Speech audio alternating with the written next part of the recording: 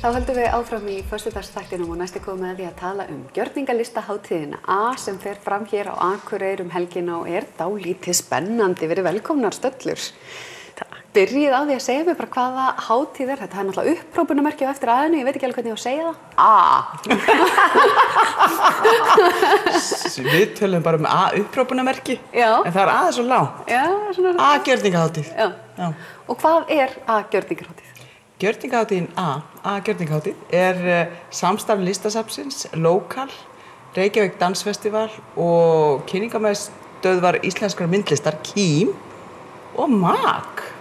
Þetta sem sagt hugafóstur þeirra Hlins og hennar Ragnheiðar Skúla sem var sem sagt leikustjóri hér í Leikfélagi Akureyrar og MAG menningafélag Akureyrar sem stendur fyrir Sinfóníuhljómsveit Norðurlands, Leikfélag Akureyrar og menningarhúsið bara svo við nefndur okkur alla. Gjörningahátíðin það eru 12 gjörningar með okkar fremstu gjörningalistamönnum. Það bara svoleiðis. Og eins eru off-venue viðburðir. Og við sýnum, við notum sem sagt kittilhúsið, það bara undirlagt af gjörningum.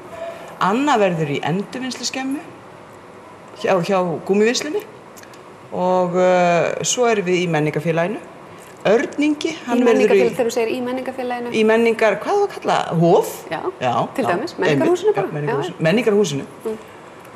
Og það eru nokkrir gjörningar þar og eins hann Örningi, hann ætlar að vera í kirkjutröppunum. Anna, ég man mjög vel eftir því þegar að þú varst í hreingerningunum og örugglega margir þar sem þú fórst hérna bæinn eins og óð kona að þrífa allt og alla, ljósastaura og guð má vita hvað sem var gjörningur og fólk var eiginlega, þetta var mjög skondið því að þetta var kannski ekki alveg, bærinn á þeim tíma var einhvern veginn ekki alveg, ég bara vissi ekki hvernig hann átti eiginlega að haga sér þegar allt í einu fór einhver út á götu með gjörning. Hefur ekki svolítið breyst ef þú bara metur það sem gjörningalistamaður frá því að þú varst að byrja og þangað til núna, upplifir það? Já, ég ger það. Ég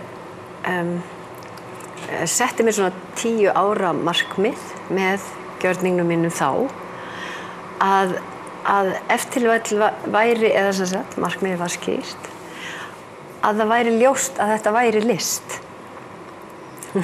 Já. Og það náttúrulega ljóst í dag. Að gjörningalist list hér á þessu svæði það mjög augljóst, hér gjörningalistahátíð. En þú fékkst svolítið viðbrögðum bara, hún svolítið klikkuð. Þau skiluðu sér aldrei til mín þau viðbrögð, nei. En auðvitað gerir ég mig grein fyrir því. Ég bara ekki træflið hvað öðrum finnst. En það var miklu meira þá.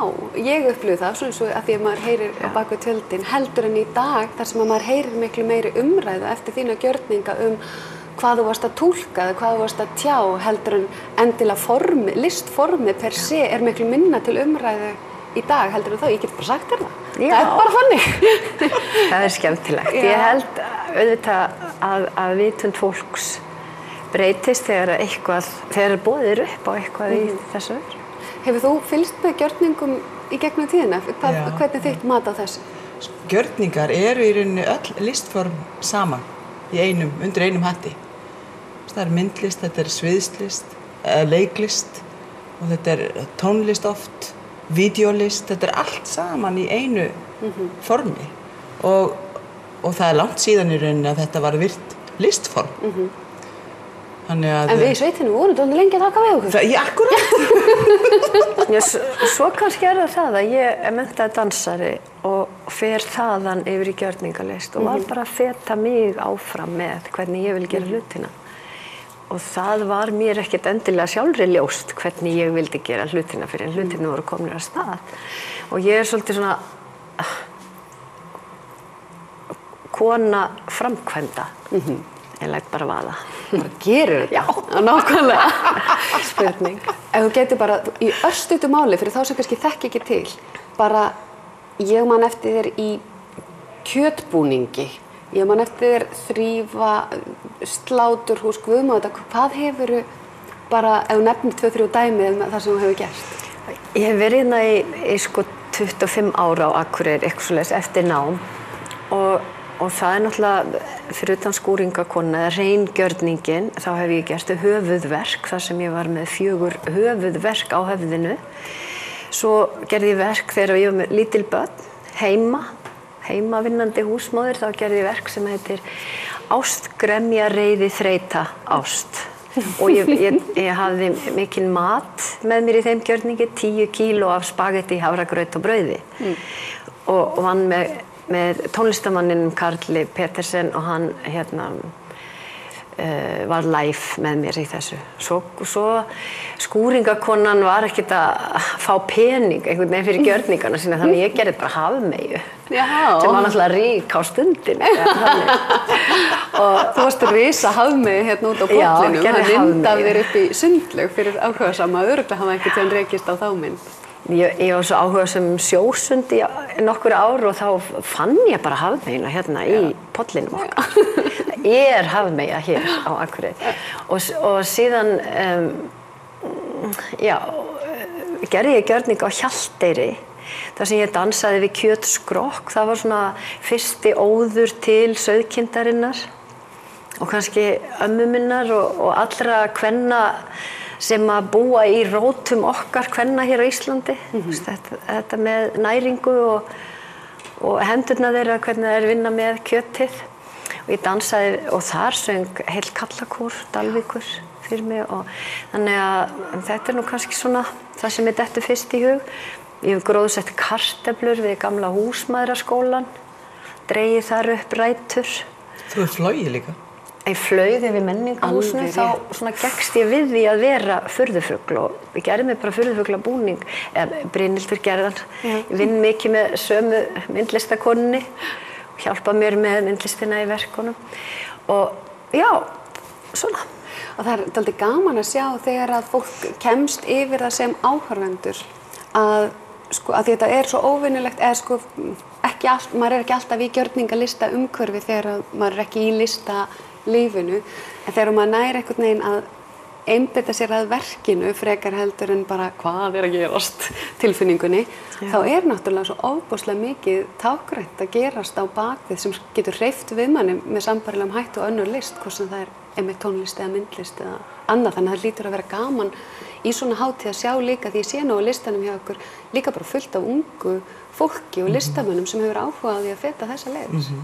Það í gær, þá byrjaði hátíðin og það byrjaði í Hofi klukkan 5 og það gjörningur sem líka í dag klukkan 5 og svo á morgun. Og hann heitir Drengurinn með tárið og hann breytist alltaf eitthvað aðeins og það kom svona slaðingur af fólki og endaði mjög fallega. Svo var gjörningur klukkan 6 þar sem að Þóra Sólveig Bergsteinsdóttir, og það var svona akkurat eins og þú ert að lýsa. Þann sá gjörningur, við fórum svona inn í, var svona svolítið hugleiðsla, 20 mínútur og það fengi allir öndun til þess að vera þar. Svo kom gjörningur klukkan 9 með ungum dömum, Freyju og Brák. Og það var svolítið svona meiri hamagangur í öskinu þar. Og svona, og þar var fullt af fólki, þannig að Akureyri, þökk þér og auðvitað fleirum, að það búið að ala okkur svolítið upp í gjörningarlist hér. Þannig að það eru meira að segja áhorfendur. Já, meira að segja. Það alveg frábært. Það komið fullt af fólki í Kjötfrúsi í gær. Nákvæmlega. Og ég vona fullt af fólki bara framvegis. Og þú ætlar að vera á morgun, laugardag. Já. Hvar staðsetningin? Gúmmíendurvinnslan. Bláa tjaldið. Já.